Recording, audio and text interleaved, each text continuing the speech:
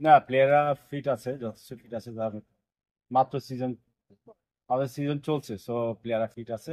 পাশাপাশি আমরা যেটা করেছি, কোচিং স্টাফ হাবিয়ার তাদেরকে একটা প্রোগ্রাম দিয়ে দিয়েছিল 3 দিনের। সো ওরা যেন অ্যাডজাস্ট করে বসে না থাকে, 4 দিন 5 দিন রেস্ট নিয়ে থাকে, এটা হয়নি। সো আমরা যেটা চাচ্ছি যে প্লেয়াররা ফুল ফিট এবং তারা নতুন ট্রেনার কেউ এসছে, প্লেয়ার আন্ডারে ওরা ওদের সর্বোচ্চটা দিচ্ছে। কারণ আপনারা জানেন যে ও টপ লেভেলে কাজ করেছে। সো আমাদের ফিটনেস কনসার্ন নিয়ে যদি কিছু থাকে, সেটা সে প্লেয়াররাও চাবে যে তার থেকে সর্বোচ্চটা আদায় করবে।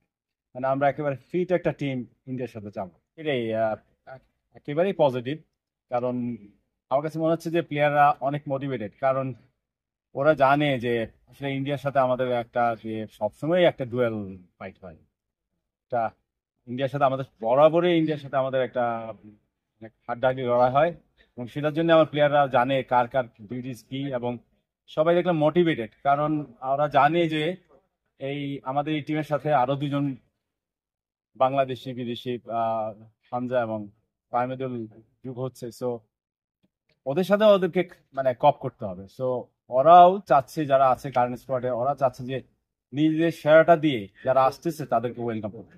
মানে টোটালি ওরা যেন না বলতে পারে যে না, এই পজিশনের প্লেয়াররা কেমন খেলে, কি কি অবস্থা, কেন এরকম খেলতেছে, এটা যেন না হয়। মানে আমাদের প্লেয়াররা, আমি যা দেখেছি এই যাবৎকালের, মানে দ্য বেস্ট ফোকাস টিম আমার কাছে মনে হচ্ছে যে অল অল অ্যাসপেক্ট সব দিক।